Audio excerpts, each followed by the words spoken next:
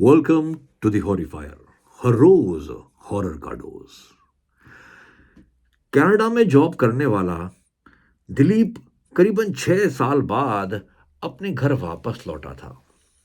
वो उत्तर प्रदेश के एक छोटे से जिले का रहने वाला था। वहीं से दिलीप की स्कूलिंग और कॉलेज हुआ था। दिलीप इस बार अपने सभी दोस्तों से मिलकर अपने स्कूल की पुरानी यादें ताज़ा करना चाहता था। इतने सालों बाद वो अपने शहर जो आया था। दिलीप एक रात अपने स्कूल फ्रेंड उमेश के घर पहुंचा। दोनों का रात भर पार्टी करने का प्लान था।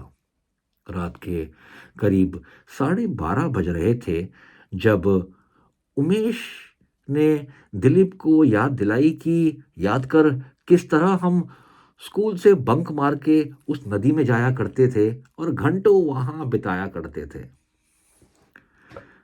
दोनों ने अपनी वो यादें ताज़ा करी और फिर तभी उमेश ने दिलीप को एक आइडिया दिया। यार, पहले हम साइकिल में जाया करते थे, इतनी दूर पैदल चला करते थे, मगर अब तो अपने पास गाड़ी है। चल, वहीं चलते हैं, आराम से पत्थरों में बैठ के शराब पीते हैं। दिलीप सुनकर थोड़ा डर गया। उसने कहा, नहीं नहीं भाई, रहने दे, काफी देर हो गई है, कल सुबह चलेंगे। बहुत दूर है यार, और इतनी रात को जाना ठीक नहीं है। उमेश उस पर खूब हंसा और उसने कहा, अबे चल, तू पहले भी फट्टू था और आज भी फट्टू है। डर मत, हम गाड़ी की लाइट्स ऑन कर देंगे और वो एक बड़े से पत्थर में बैठकर आराम से शराब पिएंगे। दिलीप उमेश की बात मान गया और कुछ ही देर में वो नदी के किनारे पहुंच गए। गाड़ी की हेडलाइट ऑन करी और एक बड़े से पत्थर में बैठकर अपने पांव नदी में डालकर दोनों फिर से शराब पीने लगे। अभी दोनों गप्पे मार ही रहे थे कि तभी उमेश की नजर थोड़ी दूर एक पत्थर पर गई। वहां पर दो लड़कियां चुपचाप गुमसुम सी बैठी हुई थी। दोनों ने सफेद कपड़े पहने हुए थे। उन दोनों को देखकर उमेश थोड़ा डर सा गया। उसने दिलीप को कहा कि दिलीप, वो देख, वहां पर पत्थर पर दो लड़कियां बैठी हुई है, वो देख। दिलीप ने वहां देखा मगर उधर कुछ नहीं था। दिलीप ने हंसते हुए उमेश को बोला, भाई, पहले भी तू मुझे डराया करता था और अब भी डराया करता है और फिर मुझे फट्टू कहता है। सुन, मैं तेरी कोई बात मानने वाला नहीं हूं। उमेश इस बार सीरियस था मगर दिलीप को लग रहा था कि उमेश उसे डरा रहा है। उमेश ने कई बार बोला, तू देख, वो देख, वो वो हमको देख रही हैं मुड़ के, वो उधर बैठी हुई हैं, उनका चेहरा देख।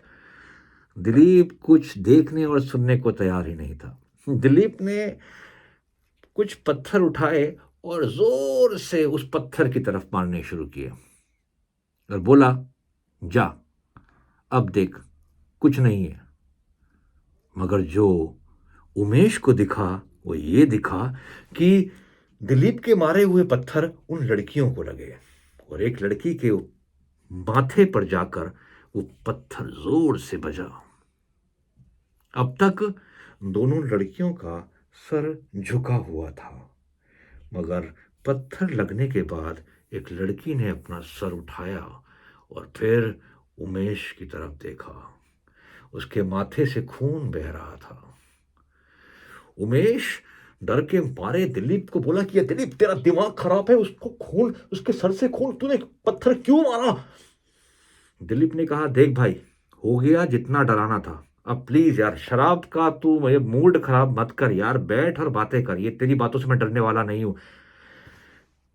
कहां पर है, बता, कहां पर है वो लड़कियां? मुझे दिखाई नहीं दे रही है। उमेश ने पीछे मुड़ के देखा तो सच में अब वो दोनों लड़कियां गायब थी। दिलीप ने उमेश को समझाया कि या तो वो मजाक कर रहा है या फिर उसे ज्यादा चढ़ चुकी है।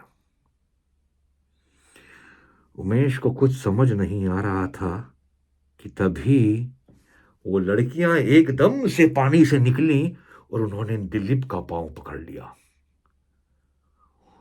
इस बार उन लड़कियों का चेहरा साफ दिखाई दे रहा था।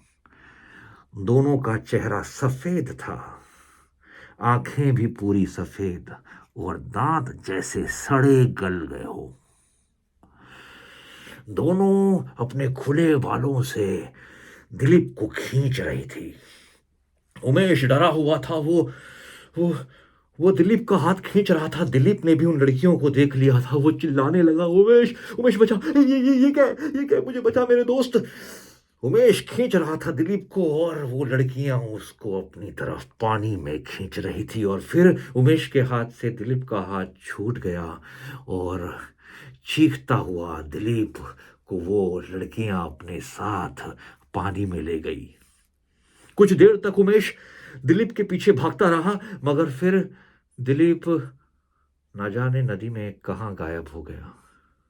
डरा सहमा उमेश रात को पुलिस स्टेशन गया। उसने ये सारी बातें पुलिस वाले को बताई कि उनके साथ ऐसा हुआ है। वहां पर दो लड़कियां थी, वो फिर पानी के अंदर चली गई और फिर उन्होंने मेरे दोस्त के पांव पकड़े और उसको अपने साथ पानी के अंदर ले गई। मगर ये बात पुलिस वाले को ऐसी लग रही थी मानो उमेश शराब पी के ये सारी बातें बोल रहा हो, उसे ज़्यादा चढ़ गई हो। मगर फिर भी पुलिस ने उमेश की बातों पे यकीन किया और उस जगह पहुंचे। रात भर सर्च ऑपरेशन चलता रहा और सुबह करीबन 4:30 बजे दिलीप की लाश एक पत्थर पे अटकी हुई मिली।